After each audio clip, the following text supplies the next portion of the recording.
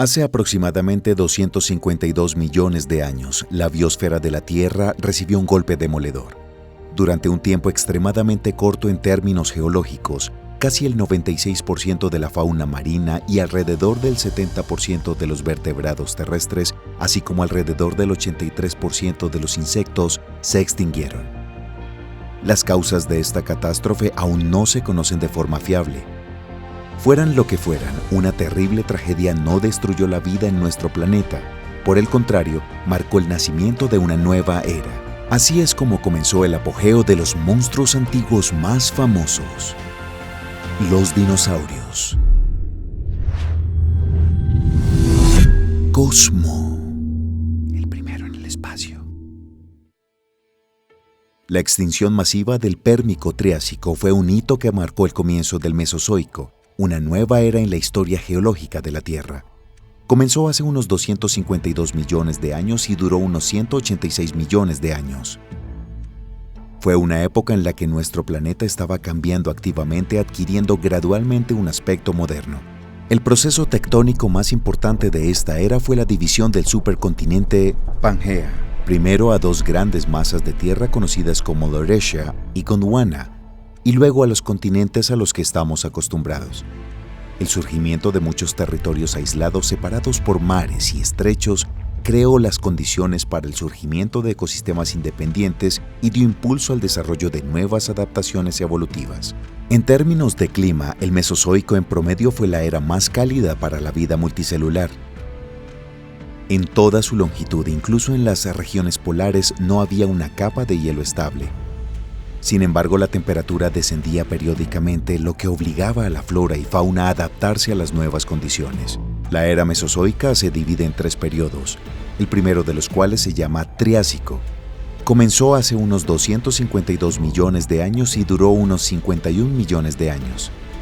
En ese momento, procesos profundos en las entrañas de la Tierra acababan de comenzar a dividir Pangea, de modo que durante casi todo el periodo este supercontinente permaneció intacto.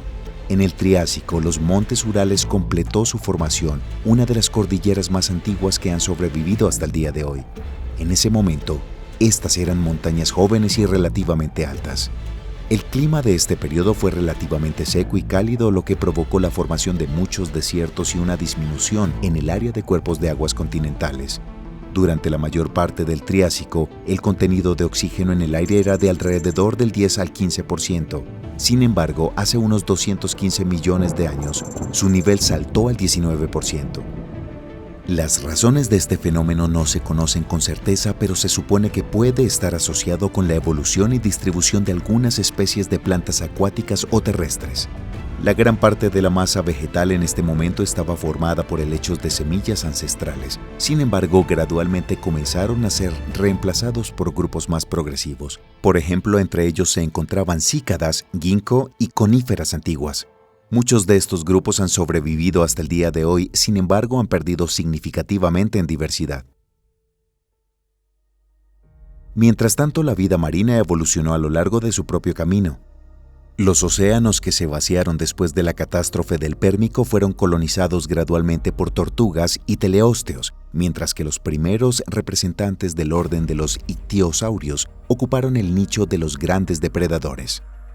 Posteriormente se convertirán en los reptiles más adaptados al medio acuático, pero en el Triásico estos animales aún eran bastante primitivos. Un ejemplo es Cymbospondylus, que vivió hace 240 a 210 millones de años. Este lagarto marino gigante alcanzaba una longitud de 6 a 10 metros y se alimentaba principalmente de pescado. Esta impresionante bestia tenía un cuerpo largo y estrecho, aproximadamente la mitad del cual estaba ocupado por una cola flexible. También tenía una cabeza grande y un hocico alargado y puntiagudo con muchos dientes pequeños y afilados. Las extremidades de Cymbospondylus parecían aletas, sin embargo, lo más probable es que las usara solo para estabilizar la posición del cuerpo en el espacio del agua. La estructura del esqueleto del lagarto sugiere que nadaba con movimientos ondulantes en todo su cuerpo y en general era bastante torpe. Los representantes más característicos de la fauna terrestre de esta época fueron los arcosaurios, los ancestros antiguos de los dinosaurios, los cocodrilomorfos y las aves, así como muchos otros grupos de animales.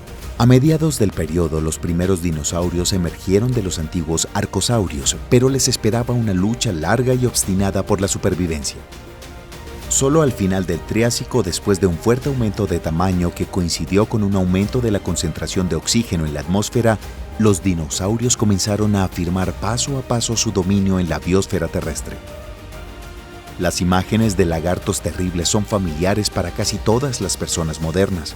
Sobre ellos se han rodado decenas de películas y se han escrito miles de libros.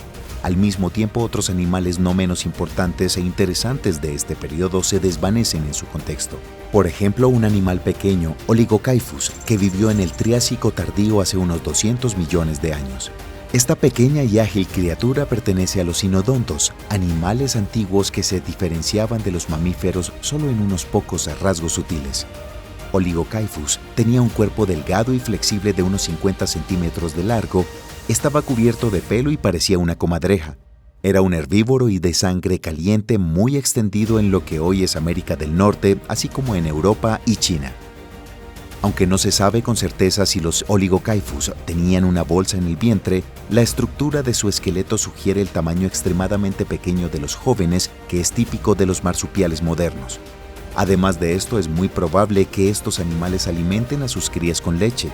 Además, se supone que el Oligocaifus cavó agujeros y estableció refugios en ellos y también cuidó a los jóvenes, lo que puede servir como evidencia de una inteligencia relativamente alta. Desafortunadamente, estos animales se extinguieron al comienzo del período Jurásico, presumiblemente debido a una reducción en el suministro de alimentos. Sin embargo, siguen siendo los animales más antiguos, más similares a los mamíferos modernos. El final del período Triásico estuvo marcado por una extinción masiva del Triásico-Jurásico. Muchas especies de anfibios, parte de arcosaurios y otros reptiles, así como muchos órdenes de plantas, desaparecieron de la faz de la Tierra. Las posibles causas del desastre incluyen la actividad volcánica, los cambios en el nivel de los océanos de nuestro mundo y el cambio climático abrupto. En cualquier caso, esta extinción liberó muchos nichos ecológicos, permitiendo a los dinosaurios fortalecer aún más su posición en la arena evolutiva de la Tierra. El siguiente periodo de la era mesozoica se llama Jurásico. Comenzó hace unos 201 millones de años y terminó hace unos 145 millones de años, por lo que duró unos 56 millones de años. Este fue el momento de cambios y transformaciones tectónicas a gran escala. Fue en el período Jurásico cuando el supercontinente Pangea finalmente se dividió en varias áreas terrestres separadas por mares poco profundos. Si se observa el mapa de la Tierra para ese momento, al final del periodo ya era posible discernir los contornos de algunos continentes modernos, aunque ubicados en lugares completamente inusuales. El aislamiento de nuevos continentes entre sí llevó a la formación de biosistemas aislados, por lo que los animales y plantas comunes en uno de los continentes podrían estar completamente ausentes en el otro.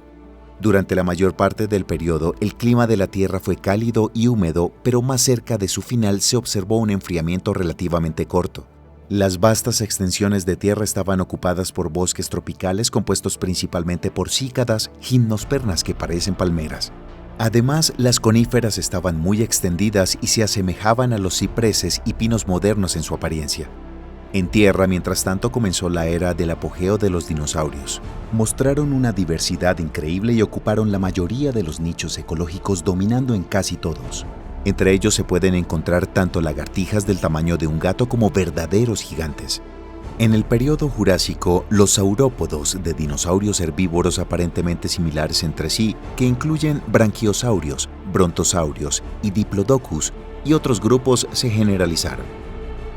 El más grande de ellos, los titanosaurios, alcanzaba una longitud de 25 a 30 metros y su masa podía superar las 75 toneladas. Una característica inusual de los saurópodos fue el llamado cerebro sacro, una extensión en la parte posterior de la columna que hipotéticamente podría contener 20 veces más tejido nervioso que el cerebro.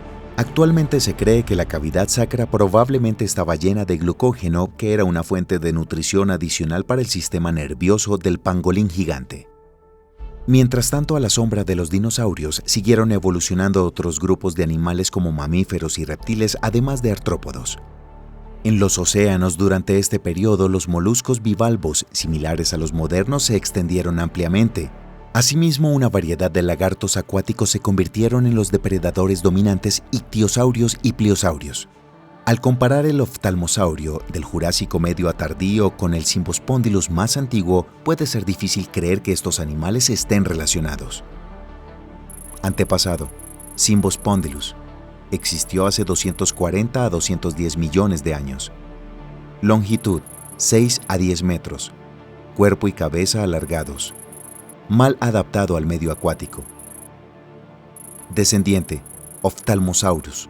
Existió hace 165 a 145 millones de años.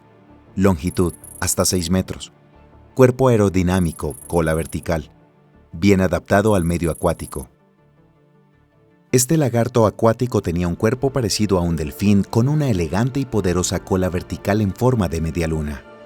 Se supone que respiró aire atmosférico mientras que podría pasar unos 20 minutos bajo el agua, desarrollar una velocidad de más de 7 km por hora y sumergirse a una profundidad de unos 600 metros. La estructura de los dientes del oftalmosaurio permite concluir que su principal alimento eran los moluscos, entre ellos el calamar. Otra característica notable de la apariencia de este animal fueron sus ojos. Su diámetro era de unos 10 centímetros y un anillo de placas óseas los protegía del daño. Se supone que el oftalmosaurio veía bien en la oscuridad, lo que le permitía cazar a grandes profundidades donde los lagartos depredadores más grandes no nadaban. El último periodo de la era mesozoica se llama Cretácico. Comenzó hace 145 millones de años y duró unos 79 millones de años, convirtiéndose así en la etapa más larga del Mesozoico. La separación de los continentes continuó durante todo el Cretácico. India se separó de África y comenzó un movimiento pausado hacia Asia, cruzando gradualmente el Océano Índico. América del Sur también se separó y se trasladó hacia el oeste. Como resultado, al final del periodo, los contornos de África, Australia y Groenlandia, así como América del Norte y del Sur, comenzaron a parecerse a los modernos, mientras que Europa y Asia apenas comenzaban a adquirir sus fronteras. El clima del Cretácico fue relativamente fresco. En el periodo de hace 100 a 85 millones de años, la temperatura promedio aumentó levemente y luego comenzó nuevamente el enfriamiento que se prolongó hasta el final de la era. Fue en ese momento que vivieron los tiranosaurios y los triceratops, los dinosaurios más famosos y los símbolos reales del Mesozoico. Sin embargo, es mucho más importante el hecho de que las angiospermas se generalizaron en el periodo Cretácico, primero árboles y luego pastos. Al formar césped, fortalecieron la capa del suelo y la hicieron más fértil, y las semillas nutritivas se convirtieron en alimento para muchas especies. Este evento sirvió como un ímpetu evolutivo para un aumento en la diversidad de mamíferos y en menor medida de algunos dinosaurios herbívoros. Por lo tanto, a pesar del dominio total de los reptiles en todos los nichos ecológicos, los mamíferos continuaron desarrollándose. Su diversidad aumentó gradualmente y al final del periodo ya era posible distinguir grupos separados, por ejemplo, ungulados, insectívoros, carnívoros y primates. Uno de los mamíferos más grandes del periodo Cretácico fue el Repenomamus, que vivió hace unos 125 millones de años. Su longitud corporal alcanzaba 1 metro y su peso oscilaba entre 12 y 14 kilogramos. Exteriormente, esta criatura presumiblemente se parecía al demonio de Tasmania moderno. A juzgar por la estructura de los dientes, el Repenomamus era un depredador, pero sus extremidades eran cortas y torpes, por lo que es posible que el animal no desdeñara la carroña. Además, hay un hallazgo interesante: el esqueleto de un Repenomamus con los restos de un pequeño dinosaurio en el abdomen. Puede servir como evidencia de que algunos mamíferos de este periodo pueden haber cazado especies de dinosaurios pequeños como Psittacosaurus y Archaeornithoides. Mientras tanto, los mares han estado dominados durante mucho tiempo por grandes dinosaurios flotantes, ictiosaurios, plesiosaurios y mosasaurus. Sin embargo, hace aproximadamente 90 a 95 millones de años, su número disminuyó significativamente como resultado de la extinción del Cenomiano-Turoniano, asociada con una fuerte disminución en la concentración de oxígeno en el océano. Una de las posibles razones es el aumento de la actividad volcánica submarina. El final del Cretácico fue quizás el periodo más frío del Mesozoico. Todos los seres vivos intentaron adaptarse a la inevitable caída de temperatura. Los dinosaurios no fueron una excepción. Hace unos 70 millones de años, en la parte norte del actual Alaska, en el Círculo Polar, vivía un lagarto asombroso, el Nanoxaurus, un pariente lejano del monstruoso gigante Tyrannosaurus Rex. Este dinosaurio se parecía a aquel en apariencia, pero era mucho más modesto en tamaño. La longitud corporal del Nanoxaurus alcanzaba los 6 metros y su masa rondaba la tonelada, es decir, unas 8 a 9 veces menor que la del Tyrannosaurus Rex. Se supone que tal disminución de tamaño podría estar asociada con una escasez de alimentos. Obligado a sobrevivir en las duras condiciones del extremo norte entre campos nevados al amparo de la noche polar, este dinosaurio adquirió una serie de adaptaciones inusuales. En primer lugar, probablemente era de sangre caliente y el metabolismo del lagarto se distinguía por una tasa bastante alta, aproximadamente como la de las aves modernas. En segundo lugar, el Nanoxaurus tenía una cubierta de plumas y plumones de varias capas que le permitía mantenerse caliente en las heladas del norte severas. De esto se deduce que este lagarto del norte muy probablemente era un depredador activo y rápido. Sin embargo, en condiciones de noche polar, los métodos tradicionales de rastreo de presas no son tan efectivos, por lo que el Nanoxaurus probablemente tenía un sentido del olfato bien desarrollado y una visión nocturna sensible. Estas suposiciones se ven confirmadas por las características estructurales de su cráneo. Los veranos en las latitudes del norte eran cortos y frescos, por lo que los huevos necesitaban una afluencia adicional de calor para que se desarrollaran normalmente. Se supone que los Nanoxaurus, al igual que otros dinosaurios del norte, incubaron sus huevos y también se hicieron cargo de sus crías. El estudio de los restos encontrados muestra que esta especie tenía un volumen cerebral relativamente grande, lo que significa que potencialmente no era inferior en inteligencia a la mayoría de las aves modernas. Desafortunadamente, todas estas características no salvaron al Nanoxaurus de la extinción. Hace unos 66 millones de años, la extinción masiva del Cretácico Paleógeno acabó con todos los dinosaurios no aviares, lagartos marinos y pterosaurios, así como con muchas otras criaturas de la faz de la Tierra. Sin embargo, los terribles lagartos dejaron su importante huella en la historia de nuestro planeta y los nichos ecológicos que se liberaron después de ellos fueron rápidamente ocupados por aves y mamíferos, dando lugar a una nueva era, el Cenozoico. Su creación más alta fue una criatura única llamada Homo sapiens, que arbitrariamente se proclamó a sí mismo el rey de la naturaleza. Su camino aún continúa y a dónde lo llevará, solo el tiempo lo dirá. Amigo, si tienes algo que decir sobre este tema, no dudes en dejar tu opinión en los comentarios. Tu opinión es muy importante para nosotros, ya que se necesita mucho tiempo y esfuerzo para crear estos materiales. Suscríbete al canal para unirte a nuestra familia Cosmo y levanta el pulgar para que otro nuevo y emocionante video salga lo antes posible. Y nos vemos.